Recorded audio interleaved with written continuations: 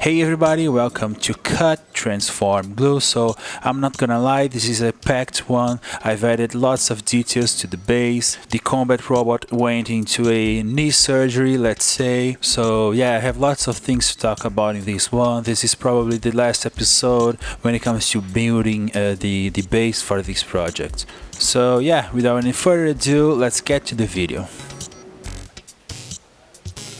Okay, so here's the combat robot base as we left in the last video of this series. And so let me begin by quickly taking everything apart so that I can work just on the base.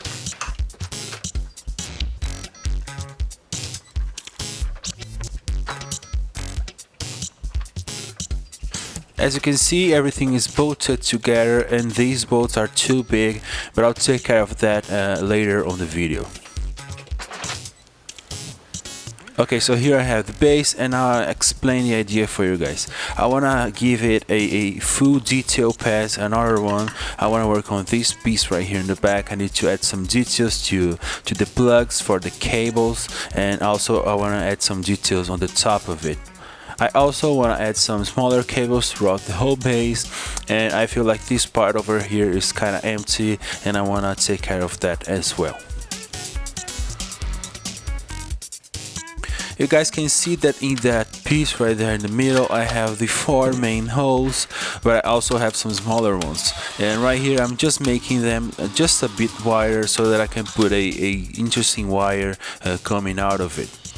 And right here I'm going to glue this interesting green piece right here just to make the inlet more detailed.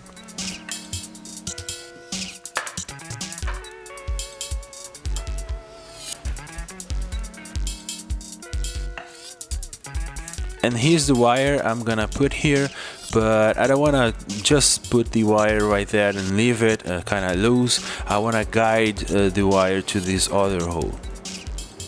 And to guide it, I'll use this laser cut MDF piece right here that I use in all my projects. I actually need to go back to the public makerspace and cut some more for myself. But yeah, I just gave it some sanding on the base so that I have a flat spot, and with some CA glue I'll attach it right here just to guide that wire to the other hole.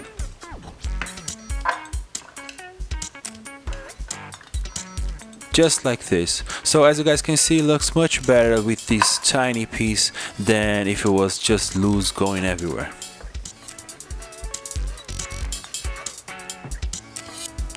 I took apart a Node DVD player the other week, and that gave me those 2 interesting pieces right there, and I'm thinking of gluing them on the outside holes of that structure in the base, just to be able to differentiate it from the middle ones. They were quite a snug fit, so not much CA glue was needed to keep them in place.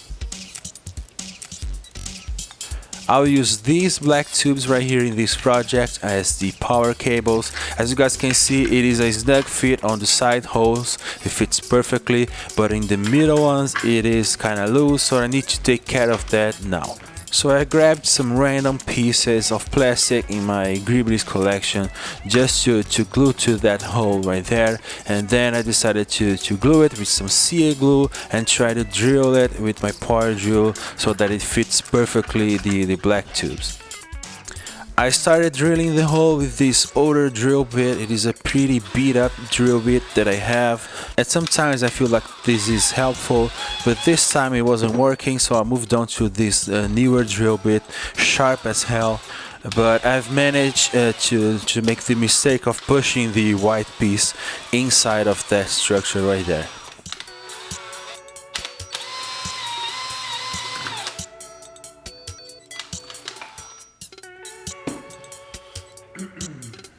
I really don't want this base to be a rattle. I hate when that happens, so I had to take care of that. I had to pry open the top lid of that structure right there and remove the piece. After a little bit of wrestling with that piece, I've managed to open that, remove the piece and glue it back in place. Now I did the right thing as I should have from the beginning, and I 3D printed the perfect size adapters for the cables.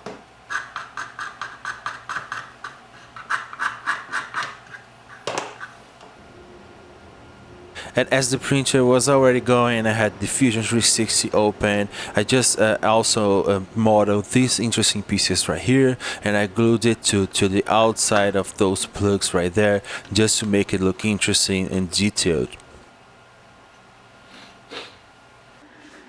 I've added a second wire to the middle right there, and now I have the two wires coming from the yellow adapters. Those will go into the bottom piece of the arm that will support the robot, and the other two on the outside will go through those structures right here. As I said before in the video, there's no such thing as too many power cables in a sci-fi base, so I'm adding even more laser cut MDF pieces to guide some wires that I'll add later.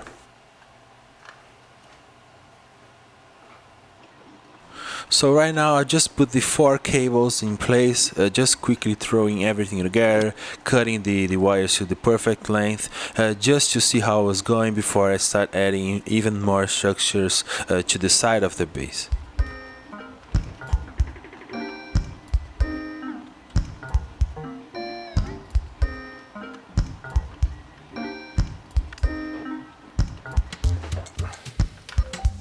Now, as you guys can see, those two side cables right here, they are kind of loose and kind of going upwards, so I have to take care of this. And for that, I've 3D printed these pieces right here. They are the same piece that I've used for the bottom piece of the arm that holds the robot.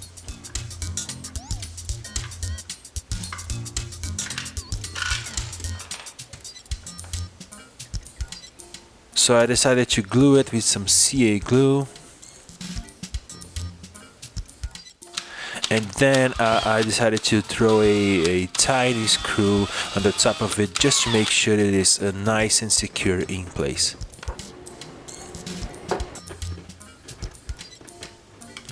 But here's the thing, guys, after I put the cable through it, I just realized it was too tall for the job, and I don't like it. I gotta change it. I gotta look for another solution.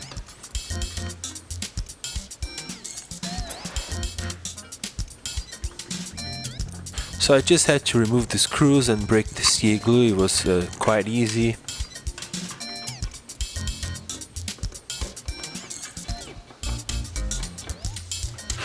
And there's really no waste here in my shop, so I'll just save those pieces in my collection of 3D printed gribblies, and I'm sure this is going to be useful in a future project.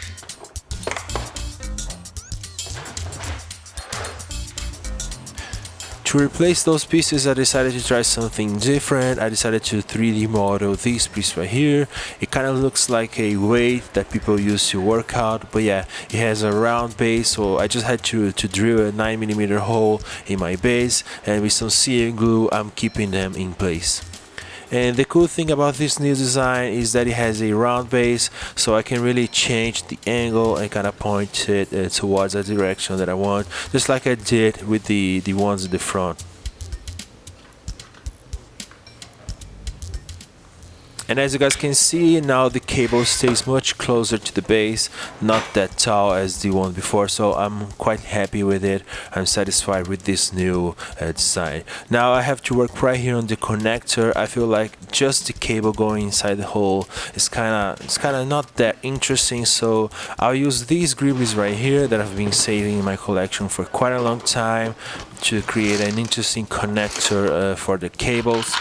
And this is the challenge for this video, guys, so let me know in the comments if you know the source of these gribblies. Last week I've put up a challenge that I think it was too hard, and I'll put the answer to last week's video's challenge in the very end of this video, so stick around for this one. But yeah, here's the idea. I'll connect this black piece right here onto the socket that I've made, and to make this connector work, I've printed some pieces like this one right here that has the perfect size to put right there in the socket. Now, of course, this connector has to look like some human can interact with it, so I've printed also this piece right here, which goes on the top of the black piece, and on it I'll install a metal piece that will look like a handle, so that a human can kind can kind of work with it.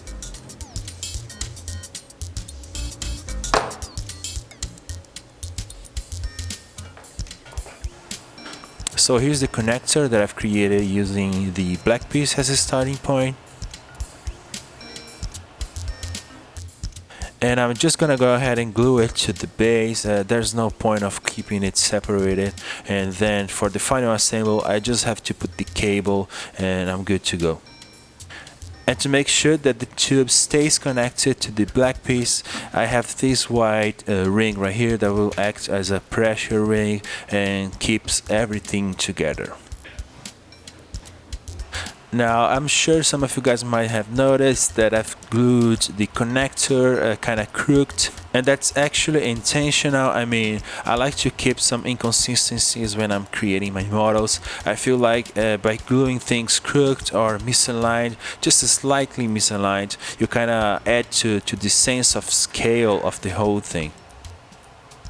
And here's also something that I like to do to also add to the sense of scale of a model. I grab a sharp tool and I break the edges of the pieces.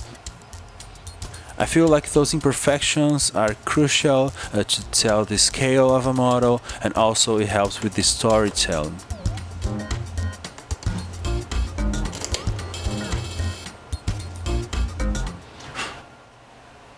I went shopping again and then I found this interesting little piece right here. This piece is super interesting to me because of those two holes right here that matches perfectly the cables that I'm using in this project. So I had to figure out a way to use it on this build.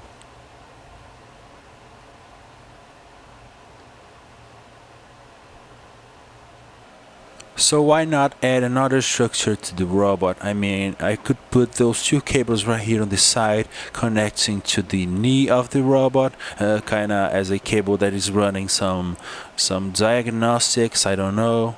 So yeah, this is what I decided to do. So I took some measurements and left my printer printing an adapter for that gap right there.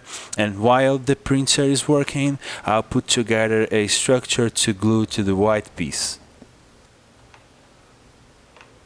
Now, without pausing the video, let me just ask you guys for your support. I have a couple of links on the description box, a Patreon and a Ko-fi account. So if you like this video and the channel, and if you want to see me keep going, please consider supporting me there. It is really helpful at this moment. So as you guys can see, I just glued a bunch of laser cut MDF pieces and then I gave it some sanding, and at the top of it I'll glue this gray piece right here.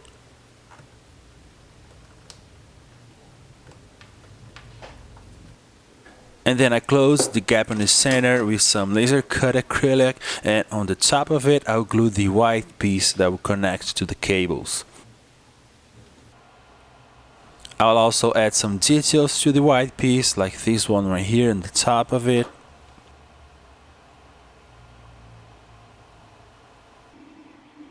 I feel like the side of this piece is kind of empty, so I've grabbed this piece of MDF right here just to help myself creating some guidelines with my Sharpie. And once those guidelines were there, I just had to use some CA glue and some other tiny strips of acrylic to add some detail to the side.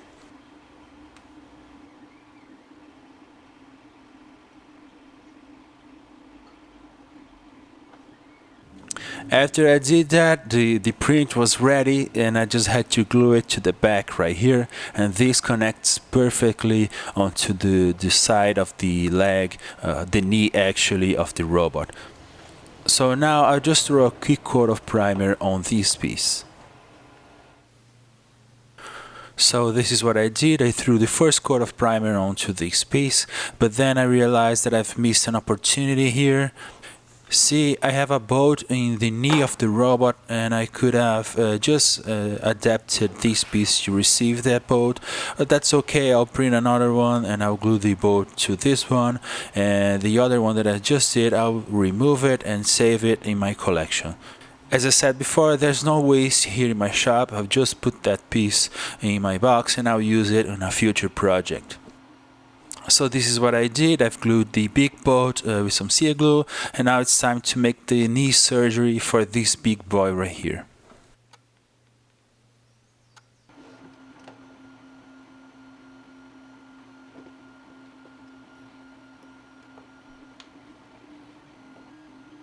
Now it is this piece right here that keeps the tension in between the leg segments of the robot, and yeah, it's much better this way.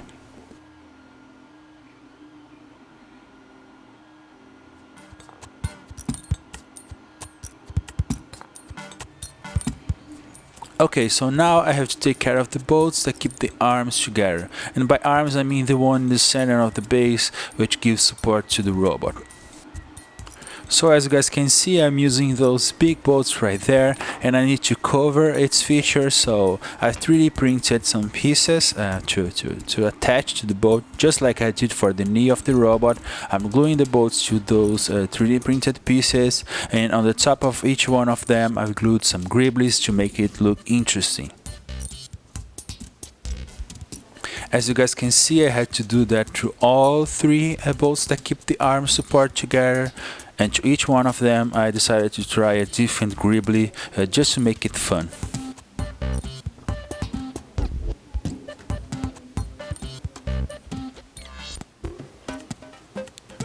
I have these three holes right here on the side of this structure, and I feel like I want to put some wires through it. I feel like this base still has space for more wires. And to guide those wires, I'll use these laser cut acrylic pieces right here. So this is what I'll do now. I'll prepare this surface to receive those acrylic pieces, and then I'll glue a couple of them on each side.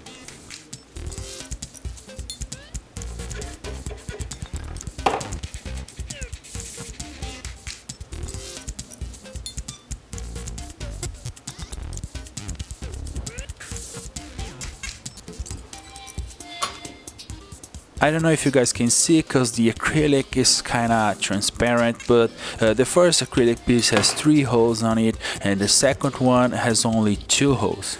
I did that just to add fun to the design, and now the third wire will go to the top right there.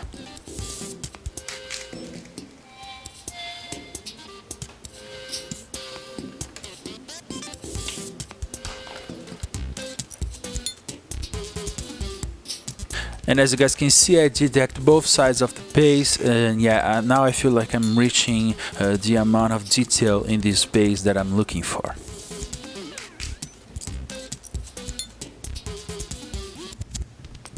In the next day I was looking into the base, and I found these tubes right here that I have in my collection, and so I thought, why don't I just put it right here in the front, adding even more detail to the base.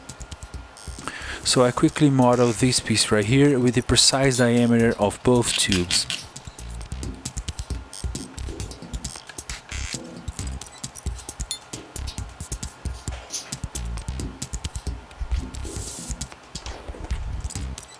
And now I just have to glue both yellow pieces right here in the front, quick and simple, but I felt it was too tall. Again, I'm making the same mistake that I did before, so I just had to trim the excess and glue it with some CA glue in place.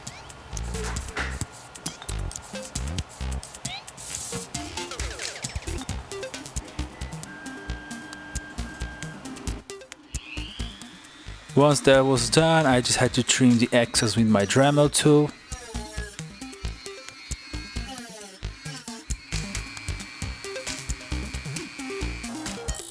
And then I made it match the curve of the base with my mini disc sander. Okay, so now I brought the engineer from the repair robot base so that you guys understand the situation right here. So I was thinking of adding details right here in the back of the base, but I'm thinking the front is too populated, I guess. So I'm thinking of leaving the back of the base kind of more empty so that I can put a human figure in there. Of course not right here under the robot's foot, but yeah, maybe here in the back, or maybe here to the side of the robot. So just as you guys suggested me in a video, maybe 2 human figures for this project, one in the base and one sitting in the top of the robot. Now the only thing left to do right here is to complete the knee surgery of the robot. So I'll add this gribbly right here so that I can guide a wire through that hole. And there's this thicker wire going in this side right here, and the other one goes right here, a smaller kind of thinner cable. To guide the cables, I've 3D modeled and printed this quick and dirty piece right here. I got the same piece for the bottom, and now I just have to put the wires on the base.